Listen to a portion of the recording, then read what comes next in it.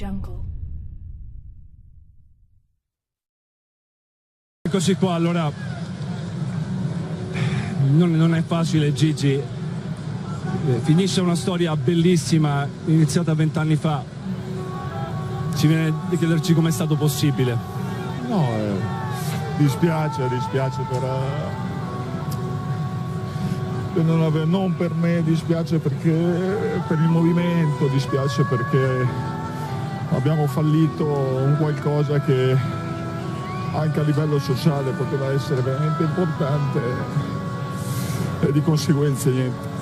Questo è l'unico rammarico che ho e non certo quello di finire, perché alla fine il tempo passa, è tiranno ed è giusto che sia così.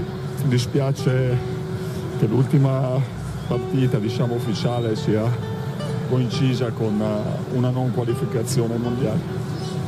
Non è facile adesso mettere a fuoco perché è successo. Forse abbiamo sottovalutato tutto l'impegno complessivamente, abbiamo avuto l'illusione che fosse facile, non lo era. No, quello non abbiamo sottovalutato niente, perché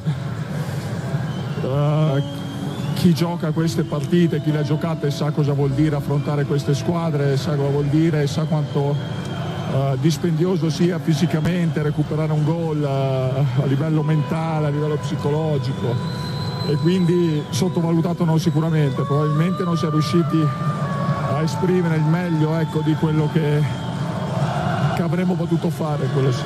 Cosa ci è mancato secondo te? No, ci è mancato l'energia e la lucidità per fare gol, però alla fine loro hanno fatto una gara come quella dell'andata, è stato uno spareggio che si è deciso per degli episodi che a loro sono andati bene, a noi sono andati male, però quando ti vanno male gli episodi è perché probabilmente hai delle colpe, e quando ti vanno bene vuol dire che è meritato. Il calcio italiano non giocherà il mondiale, non vivremo il mondiale da protagonisti, ma c'è ancora un futuro per il calcio italiano, ripartendo da questa sera. Non è facile, ma c'è ancora futuro per questo calcio.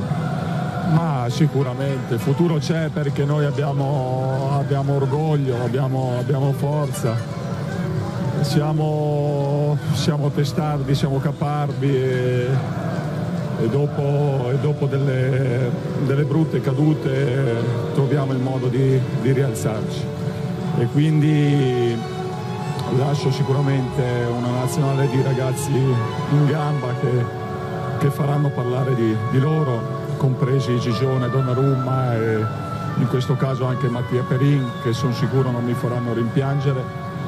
E poi voglio dare un grande abbraccio a tutti, a chi mi ha sostenuto sempre, al mio Chiello, al mio Barza, al mio Leo, al mio Lele, a tutti quelli con i quali abbiamo condiviso più di 10 anni, e faccio un grande in bocca al lupo a questi ragazzi che ci hanno seguito. Non è bastato, però spero che almeno a livello di esempio qualcosa si possano portare dietro.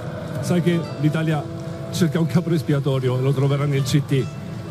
No, assolutamente no, come ho detto prima, lo sport insegna a perdere in gruppo e a vincere in gruppo, a condividere le gioie e i dolori, a dividersi i meriti e i demeriti, e quindi il mister ha le colpe che abbiamo noi e che hanno tutti coloro che hanno fatto parte di questa spedizione. Gigi, ti dico grazie a nome di tutti gli italiani. Grazie.